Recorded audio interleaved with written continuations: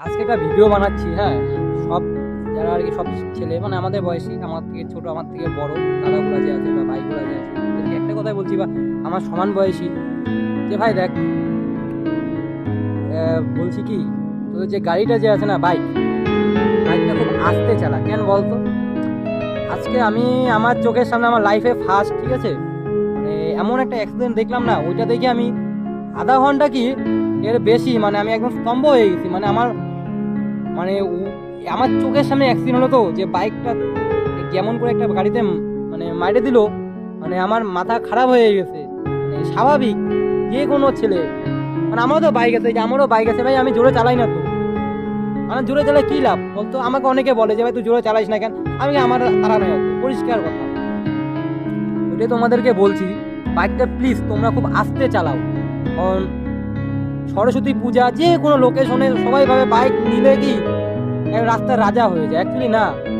Please তোমরা হাত জোর করে বলছি, তোমরা প্লিজ বাইকটা আস্তে চালাও। কারণ আজকে চোখের সামনে দেখলাম তো, একদম স্পট ডেট। আর ছেলেটার এতটাই ভাগ্যটা খারাপ যে কোনো গাড়ি দাঁড়াচ্ছিল না, লাস্টে ওকে একটা মরার গাড়ি, পাশে মরা শুয়েছিল, ওই মরার গাড়িতে করে ওকে নিয়ে গেল। মানে এত খারাপ লাগলো আমার দেখে জিনিসটা, মানে এত ব্লাড, মানে আমি এগুলো মানে জাস্ট সহ্য করতে পারি নাই।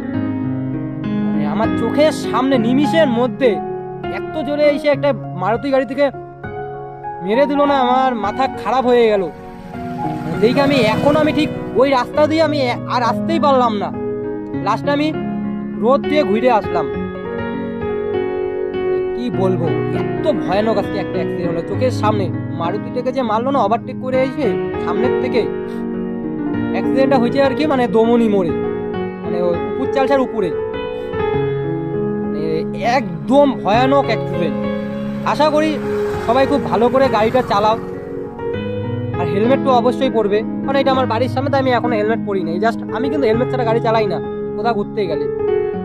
ওটাই তোমাদেরকে বলছি, খুব আস্তে চালাও গাড়ি, লিমিটে চালাও, ওভারটেক করবা না। কারণ এটা এটা ম্যাশিং, এটা গাড়ি তো একটা ম্যাশিং না। তোমরা একটু বুঝো ভাই, তোমরা একটু বুঝো।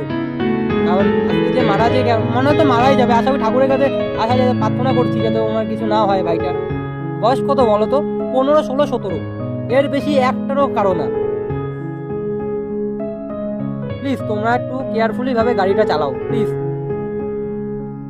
ভিডিওটা শুধু এই জন্যই করলাম, কারণ আমার মনটা এমন হয়ে গেল না ওই জিনিসটা দেখে। মানে ওখানে যারা যারা ছিল একদম স্তম্ভ হয়ে গেছে। পাশে আমার বাইক দাঁড়ানো ছিল, আমরা চা খাচ্ছিলাম। মানে আমার মানে চাটা চাটা আমি খালি চুমুক দিলাম জাস্ট, বাস চোখের সামনে অ্যাক্সিডেন্টটা হলো দমনিতে। প্লিজ ভাই তোমরা গাড়িটা খুব আস্তে চালাও।